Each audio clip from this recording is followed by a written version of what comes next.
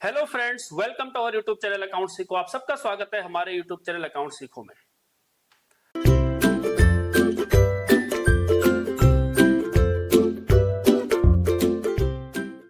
Friends, हम class 12 की accountancy complete कर चुके हैं। अब आती है बात आपके एडमिशन की कि आपका कैसे एडमिशन होगा कॉलेज में। अगर हम एडमिशन की बात करें तो सबसे पहले हमें यह सीखना होगा कि क्राइटेरिया क्या है हमारा एडमिशन होने का। तो एडमिशन होने का जो क्राइटेरिया है वो हर कॉलेज का अपना अपना है, बट एनटीए ने एक सीयूटी का एग्जाम निकाला है जो कि एक कॉमन एग्जाम है फॉर ऑल स्टूडेंट्स। सब स्टूडेंट्स के लिए कॉमन एग्जाम है कि वो एग्जाम देने के बाद आप किसी भी यूनिवर्सिटी में, चाहे सेंट्रल यूनिवर्सिटी हो, चाहे स्टेट यूनिवर्सिटी हो, चाहे कोई प्राइवेट यूनिवर्सिटी हो, आप कहीं भी अप्लाई कर सकते हैं। बेस्ड ऑन उसकी बेसिस किस क्या होगा, बेस्ड ऑन योर नंबर्स, कि जो भी आप नंबर लेके आए हैं, जो भी आप परसेंटाइल लेके आए हैं, उसके बेसिस पे कॉलेज डिसाइड करेगा कि आपको एडमिशन देना है या नहीं देना है। इट मींस कॉलेज क्या करेगा, अपनी मेरिट लिस्ट निकालेगा कि उसे कितनी परसेंटेज वाले बच्चे चाहिए। तो उस केस पे अगर आपका केस एप्लीकेबल होता है, वहां पर फिट बैठते हैं आपके नंबर, तो you will get the admission. तो आपको एडमिशन वहां पर मिल सकता है। अगर हम बात करें कि इसका प्रोसेस क्या होगा, क्या है सीयूटी, क्या है एनटीए, वो थोड़ा समझ लेते हैं, उसको समझते क्या है। तो अगर हम बात करें तो सबसे पहले हम एनटीए की बात करें तो एनटीए क्या कहना चाह रहा है, एनटीए चाहता है क्यों ये एग्जाम लेना। एनटीए ये कह रहा है कि हमें एक्सलेंस चाहिए असेसमेंट, कि ऐसा ना हो कि किसी बच्चे को कोई सुविधा ना मिली हो, किसी बच्चे के अंदर कोई फेयरनेस ना दिखे। इस वजह से उन्होंने कहा कि हम कॉमन एग्जाम देखते हैं और कॉमन एग्जाम को लेने के बाद डिसाइड किया जाएगा कि क्या सही और क्या गलत है। दैट मीन्स क्या उस बच्चे में कैपेबिलिटी है या नहीं। It's totally depend on that assessment. इसका मीनिंग क्या हुआ कि आपके कॉलेज के मार्क्स, जो आप यानी 12th में जो मार्क्स लेके आए हैं, क्या वो मैटर करेंगे नहीं करेंगे for the purpose of admission in college. देखो, it's totally depend on college to college. It means college का अगर क्राइटेरिया होगा कि हम मार्क्स को भी कंसिडर करेंगे व्हाइल टेकिंग द एडमिशन, तो डेफिनेटली वो कंसिडर करेंगे। अगर उन्होंने कहा हम नहीं कंसिडर करेंगे तो वो कंसिडर नहीं करेंगे। बट आपके जो ये एग्जाम होने वाला है सीयूटी का, इसके मार्क्स बहुत मैटर करेंगे, इसके बेसिस पे ही आपका कॉलेज में एडमिशन होगा। ठीक, तो अगर हम बात करें कि कॉमन यूनिवर्सिटी एंट्रेंस टेस्ट की सीयूटी की, अगर हम बात करें सीयूटी की कि जो कॉमन यूनिवर्सिटी एंट्रेंस एग्जाम है आपका, ये टेस्ट है, उसकी अगर हम बात करें तो उसके अंदर हम क्या क्या चीजें देखने वाले हैं। तो सबसे पहले बात करते हैं अगर हम, तो हम एनटीए की बात करते हैं, जो नेशनल टेस्टिंग एजेंसी है। गवर्नमेंट ने एक एजेंसी बनाई, इसको हमने रजिस्टर्ड किया सोसाइटी रजिस्ट्रेशन एक्ट के अंदर 1860 के अंदर, और इसको हमने पावर दे दी है कि आप क्या कीजिएगा कि जो भी कॉलेज 12th के बाद जो भी 12th एग्जाम कंप्लीट होगा या जो बच्चे एग्जाम दे रहे हैं, उनका जो एडमिशन होगा कॉलेज में, उसका असेसमेंट आप कीजिएगा। तो एनटीए एक बॉडी है जो गवर्नमेंट ने डिसाइड किया है कि आप क्या कीजिए, जो भी एनटीए के जो टेस्ट होंगे सारे टेस्ट आप लीजिएगा। उसके बाद डिसाइड कीजिएगा कि क्या परसेंटाइल है, और फिर कॉलेज डिसाइड करेगा कि किस बच्चे को एडमिशन देना है और किसको एडमिशन नहीं देना है। बात करते हैं हम कि यूनिवर्सिटीज की, तो इसके अंदर हमारी सेंट्रल यूनिवर्सिटीज आ जाएंगी। इसके अंदर हमारी कौन सी, जो भी कॉमन सिटी के अंदर जो भी हमारी यानी स्टेट यूनिवर्सिटीज है वो कवर हो जाएंगी इसके अंदर। इसके अंदर आपकी जो प्राइवेट यूनिवर्सिटी है वो कवर हो जाएंगी। तो ये सारी की सारी यूनिवर्सिटीज के इसके अंदर टेस्ट होगा। अगर हम बात करें रोल, एनटीए का क्या रोल है, तो एनटीए का रोल है एग्जाम लेना।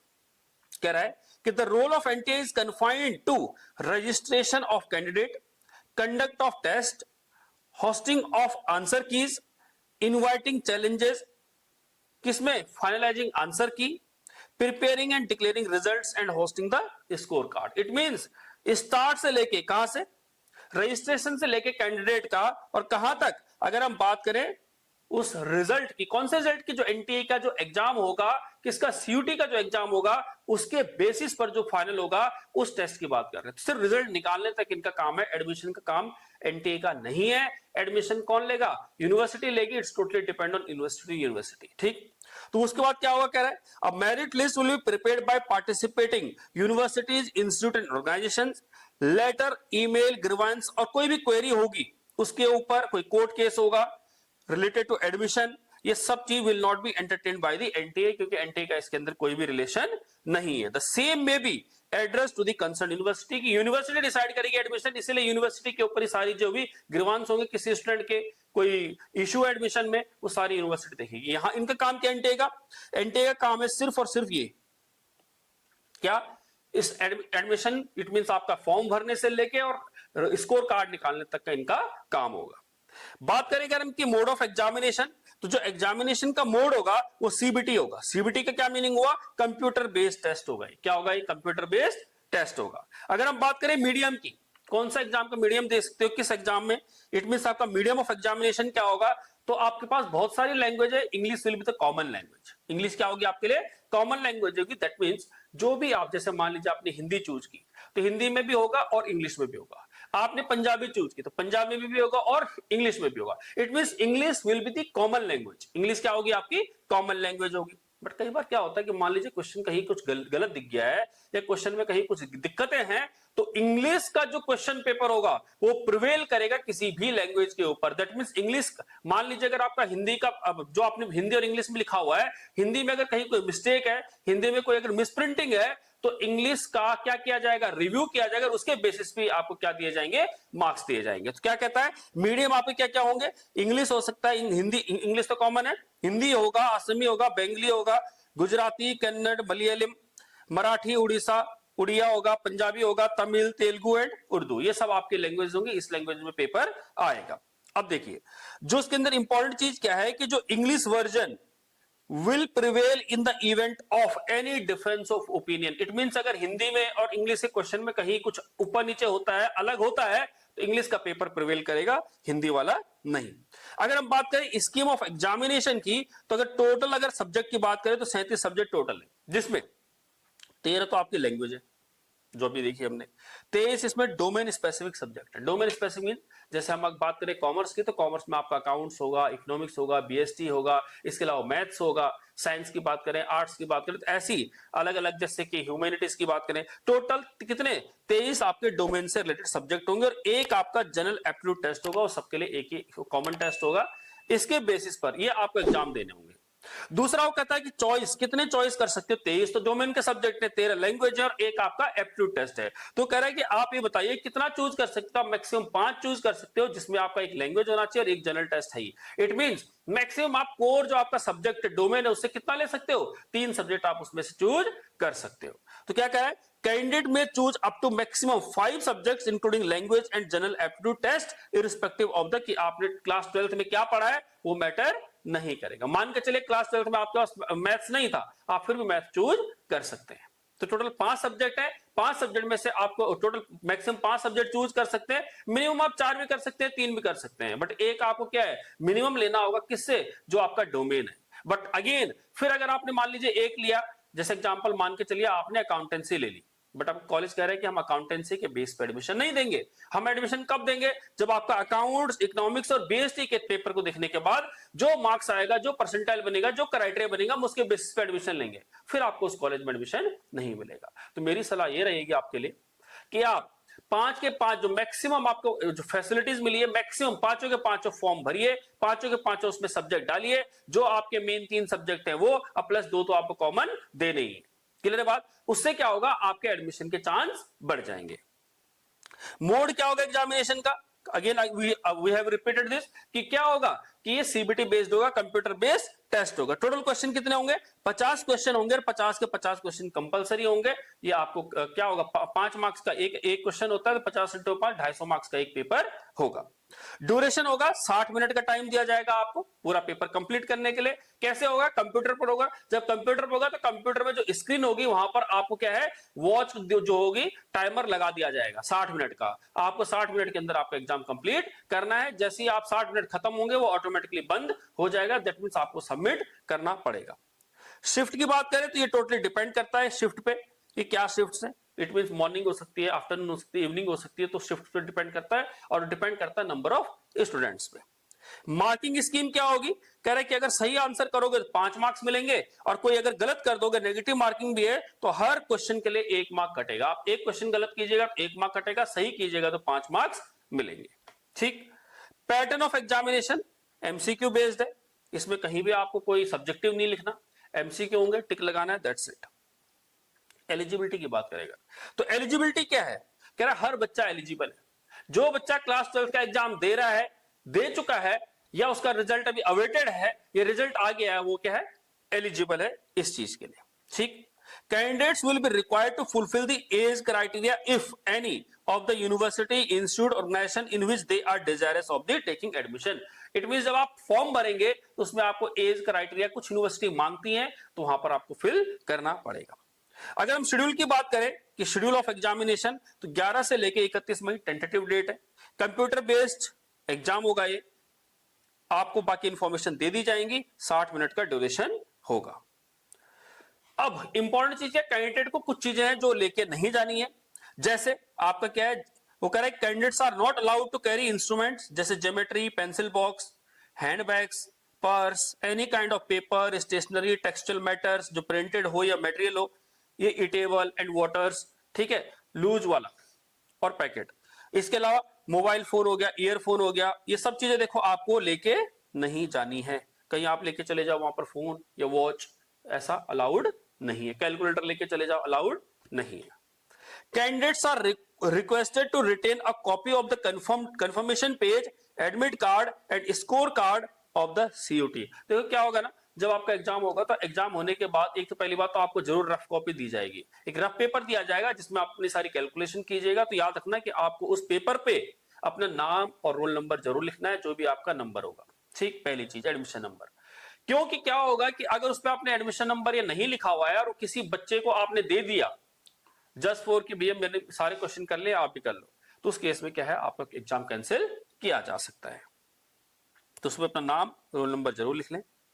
ये लिखा हुआ है कि rough work and handing over of the rough sheets. तो रफ वर्क होगा, रफ शीट्स आपको हैंड ओवर कर देनी होगी, अदरवाइज ये क्या होगा, अनफेयर मींस कहा जाएगा कि आपने गलत तरीके से एग्जाम दिया है, इसलिए आपका कैंसिल किया जाएगा। डिस्प्ले ऑफ आंसर की फॉर चैलेंजेस। अब देखो जैसे ही एग्जाम होगा, एग्जाम के कुछ दिनों बाद क्या होगा कि आपको क्या किया जाएगा, डिस्प्ले कर दी जाएगी आंसर की। अगर आपको लगता है कि किसी आंसर में गलती है और वो गलत किया हुआ है, नहीं हो सकता जब जब उन्होंने आंसर की डाली हुई है, क्योंकि वो फाइनल नहीं है, वो क्या है एक किस्म से वो उन्होंने लिखा हुआ है, देखो प्रोविजनल आंसर की लिखा क्या है, प्रोविजनल आंसर की है कि अगर इसमें कोई बदलाव आता है तो उसे चेंज कर दिया जाएगा। तो आपको क्या करना है, अगर आपको लगता है, देखो क्या लिखा है, ये डिस्प्ले कर देगी वेबसाइट पे, क्या लिखा हुआ है देखिए, to the candidates to challenge the provisional answer key with a non-refundable online payment of 200 per question। अगर आपको लगता है कि क्वेश्चन में गलत है तो 200 रुपए जमा कीजिए पर क्वेश्चन के हिसाब से, और आप पूछ सकते हैं कि इस क्वेश्चन में ये गलती है। फिर उसे अगर उन्हें लगता है कि हाँ बिल्कुल आपका चैलेंज सही है, तो उसे सही कर दिया जाएगा। ठीक है, उसको फिर 2 से 3 दिन में डिस्प्ले कर दिया जाएगा। बट एक बार रिजल्ट आ गया, उसके बाद आपके पास कोई चांस नहीं होगा कि आप उसे चैलेंज कर सकें। ये आपको थोड़ी कुछ चीजें ध्यान रखनी होंगी। ठीक है, The result will be compiled based on the final answer key declared. No grievance with regard to answer keys after the declaration of the result of NTA, वो क्या है, entertain नहीं किया जाएगा। आगे लिखा है display of question paper attempted और रिकॉर्डेड रिस्पॉन्स। देखो जो भी आपने पेपर एग्जाम दिया है वो आपको क्या किया जाएगा, एनटीए की साइट पर डिस्प्ले किया जाएगा फॉर 2 to 3 डेज। आपको उसे डाउनलोड कर लेना है, आपको उसे अपने पास रख लेना है, कहीं कोई दिक्कत आए तो आप उसके बेसिस पर कोई चैलेंज कर सकते हैं। ठीक, बट उसे कुछ दिनों बाद उसे हटा दिया जाएगा, तो ये आपको ध्यान रखना है, डाउनलोड कर लीजिएगा। मार्किंग स्कीम की बात करें, हम ऑलरेडी सीख चुके हैं कि इसके अंदर क्या होगा, करेक्ट करोगे तो 5 मार्क्स मिलेगा, इनकरेक्ट करोगे तो 1 मार्क्स, और कुछ भी आंसर नहीं दोगे तो 0। ये तो इंपॉर्टेंट चीज नहीं है। इंपॉर्टेंट चीज क्या है कि अगर मान लेते हैं कि आपके पास if more than 1 option is found to be correct, जैसे एग्जांपल में मान के चलिए कोई क्वेश्चन इस तरह का है, A B C D 4 option है, आपको लग रहा है बी भी सही है, आपको लग रहा है डी भी सही है, और रियलिटी में वही है कि बी भी सही है और डी भी सही है। दैट मीन्स अगर दोनों ऑप्शन अगर वहां पर करेक्ट है, अगर आपने दोनों ऑप्शन पे किसी भी व्यक्ति ने, किसी भी बच्चे ने अगर किसी एक ऑप्शन पे जो सही ऑप्शन है उस पर टिक लगाया तो उसे पूरे मार्क्स मिलेंगे। जिसने अटेम्प्ट नहीं किया उसे कुछ भी नहीं मिलेगा। कह रहा 5 marks will be awarded to only लिखा हुआ है ना, those who have marked any of the correct option। जो भी करेक्ट ऑप्शन है, मान लो 2 3 4 चारों ही करेक्ट ऑप्शन है, और किसी बच्चे ने एक पे लगा दिया तो उसे पूरे 5 मार्क्स मिलेंगे। लेकिन अगर किसी बच्चे ने अटेम्प्ट ही नहीं किया क्वेश्चन तो उसे कुछ भी मार्क्स नहीं मिलेगा। दूसरी चीज, अगर मान लेते कोई भी क्वेश्चन गलत, कोई भी ऑप्शन सही नहीं है, उल्टा हो गया एकदम कि एक भी ऑप्शन सही नहीं है, if none of the option is found correct, और question is found to be wrong, ये क्वेश्चन ही गलत है, क्वेश्चन में डेटा गलत है, बट अगर आपने अटेम्प्ट किया है या नहीं किया है, क्या कह रहा है, question is dropped then all candidates appeared will be given 5 marks irrespective of the fact the question has been attempted और नॉट। दैट मींस आपने क्वेश्चन अटेम्प्ट किया है, नहीं किया, अगर क्वेश्चन गलत है तो 5 मार्क्स आपको मिल जाएंगे। ये आपको चीज ध्यान रखनी है। एनटीए के स्कोर की बात करें तो परसेंटाइल बेस्ड होता है, तो ये कह रहा है कि फॉर मल्टी शिफ्ट, शिफ्ट के बेसिस पे होता है, वैसे कि जो भी शिफ्ट्स हैं उसके बेसिस पे कितने नंबर्स हैं, कितने कैंडिडेट्स हैं, उसके बेसिस पे कैलकुलेट किया जाता है, ठीक है। The detail procedures for the compilation, ये अलग अलग चीज है कि उसमें अलग अपेंडिक्स में दिया हुआ उन्होंने किस तरह से कैलकुलेट करना है। द एनटीए स्कोर इज, ये चीज जरूर ध्यान रखनी है आपको कि जो स्कोर है, जैसे हम अभी 26-27 वाला आपको बता रहे हैं, तो सिर्फ और सिर्फ 26-27 के लिए एप्लीकेबल है, बाकी किसी और एग्जाम के लिए एप्लीकेबल नहीं है, ठीक। अभी आपको ध्यान रखनी है कुछ चीजें, जनरल इंस्ट्रक्शंस में आपको ये चीज ध्यान रखनी है जो हम यहां पर दिखाना चाह रहे हैं कि जैसे अगर देखो आप विंडो आएगी आपके पास, तो विंडो में इस तरह से ऑप्शंस होंगे, जैसे जैसे आप लिखा you have not visited the question, तो देखो इस तरह का कलर बन के आएगा, आप देखिए कलर देखिए इसका, ये इस तरह का कलर बन के आएगा। अगर आपने क्वेश्चन आंसर नहीं दिया है, you have not answer the question, तो वो रेड कलर का आ जाएगा।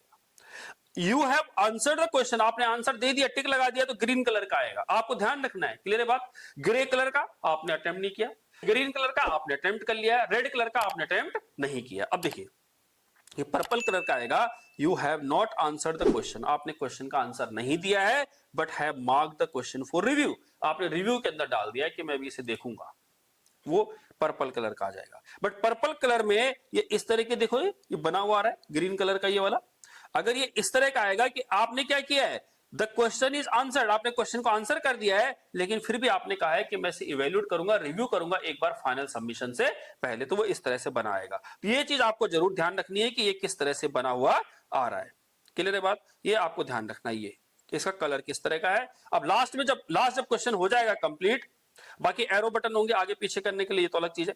मेन क्या होगा, जब लास्ट में आप सबमिट करेंगे तो इस तरह से आपको दिखेगा, क्वेश्चन जो प्लेट होगी वो क्या होगा, डिस्प्ले होगी स्क्रीन पे इस तरह से, कैसे, इस तरह से आएगा। जैसे मान के चलिए आपने अभी तक विजिट ही नहीं किया, कितने क्वेश्चन है, 74 क्वेश्चन एग्जांपल के तौर पे, एक आपने आंसर नहीं किया, वो रेड कलर में है, 0 आंसर किया आपने, ग्रीन कलर में है, आपने कोई भी रिव्यू के लिए नहीं डाला, वो ग्रीन कलर में है, आपने क्या किया, ये इस तरह से सिचुएशन आएगी। तो आपको फाइनल जब सबमिट करेंगे, आप फाइनल सबमिशन करेंगे जब आप, तो आपको ध्यान रखना है कि फाइनल सबमिशन के टाइम पे इस तरह की डिस्प्ले आपको दिखेगी, वहां पर आप चेक कर सकते हो कि मैंने कितने अटेम्प्ट किए, कितने अटेम्प्ट नहीं किए, कितना मेरा पेपर बचा हुआ है, क्या मेरे पास टाइम है अभी देखने के लिए, तो वो आप इस चीज को कंसिडर कर सकते हैं। इसके अलावा अगर आपको कहीं कोई डाउट है तो आप क्या कर सकते हैं, सीयूटी का जो एनटीए वाली जो बॉडी है आप उसको मेल कर सकते हैं। मेल क्या करेंगे, CUT-UG@nta.ac.in, ये कॉन्टेक्ट नंबर उनका दिया है टोल फ्री, आप इस पर बात कर सकते हैं, अपनी क्वेरी पूछ सकते हैं, आपको इसका सॉल्यूशन मिल जाएगा।